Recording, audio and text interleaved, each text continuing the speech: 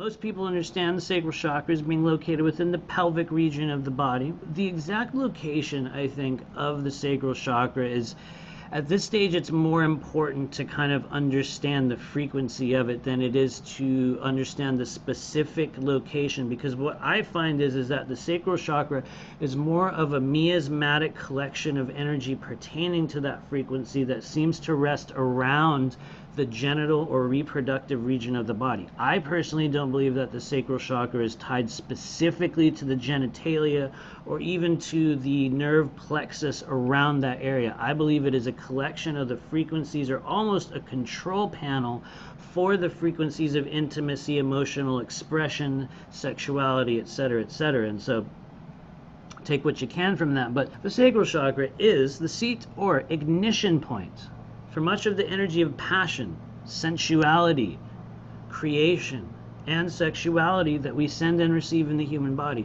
It is also one of the primary processing centers for the energy of intimacy and how it's expressed in our lives. It has tremendous impact on how we engage, receive, and express our sexuality, and as a result is one of the most commonly affected areas for those of us dealing with negative energetic manifestations such as sexual misery implantation, a very, very real thing, holographic trauma insertion, or core wound reactivation, just to name a few. We can get into those specifically if you guys want to ask questions about them. I also have some videos on YouTube that explains the concepts, but those are very, very real experiences. That said, some researchers believe this energy center activates between birth and 6 months. Others say it develops more fully later on, between ages 7 and 14. One of the things I noticed in my research about the sacral chakra, for those of you who have children, I also noticed this in my own son. At a certain age, you'll find that they start sleeping in what some parents call it's like a sleep bug-like position, where they're in sort of like a fetal-like position, or the child will sleep sort of curled up in a ball with their butt up in the air. What I noticed in the research that I did specifically for this class is that a lot of people were, saying that that's actually the age in which the sacral chakra begins to form. It's sort of like the sort of disc or the circular element of the sacral chakra for some people begins to form around the stage in which children will go through that unconscious sort of fetal sleeping position. Now here's the thing, I don't know if that's true, but I think it bears mentioning, just because I think it's just an interesting point toward the development of the energy centers in the bodies and the ways in which we may unconsciously exhibit certain behaviors or things along the way that will just show signs toward that. And I believe this is one of the most fertile grounds for programming of sexual impulsivity, and especially the interpretation of arousal signals in the body. It's also one of the most impressionable energy centers because it responds or assigns the energy of arousal to a stimulus.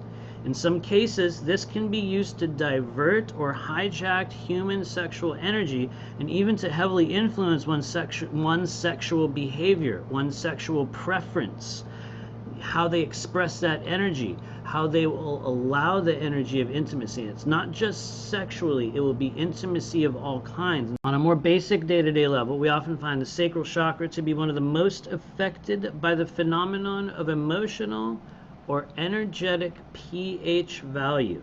Now, for those of you guys that are familiar with the third density kind of definition of pH value, it's used to measure the acidity or the alkalinity of water, of a substance, of I guess just anything that carries a charge. And so we also have an emotional or energetic pH value in the body. And if you've done a private session with me, you know it's one of the things we talk about a lot.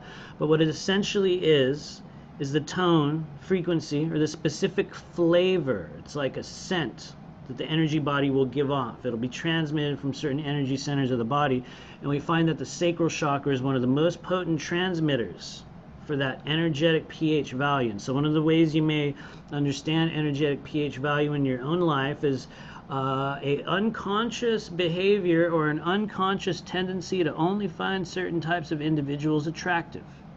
Sometimes we'll, it's like, I'm always attracted to those narcissistic dudes. They always do the same thing, or I'm overgeneralizing in a very basic way, but we find that we will always attract certain types of encounters, or certain types of individuals will be attracted to us. Other people will unconsciously attract a certain relationship pattern. It's not necessarily about the person, it'll be the manner or the transactional nature, the interaction that we will initiate or allow. Some of that, I would say a lot of it, has to do with the emotional pH value. And one of the ways you guys can also think of it is it's like a farm, it's like a field. And it only grows corn. Every year we grow corn in this here field, and so, on a certain level, you're only gonna, it's gonna be set up for a thing. It's going to be set up to always generate this frequency or this feeling or this emotion.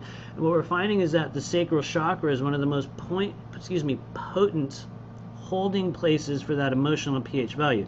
I will also mention, I think it shows up on the next slide, another place, just for those of you guys that want to do your own research on this, one of the other #1 places that holds emotional pH value in the body is the pericardium meridian.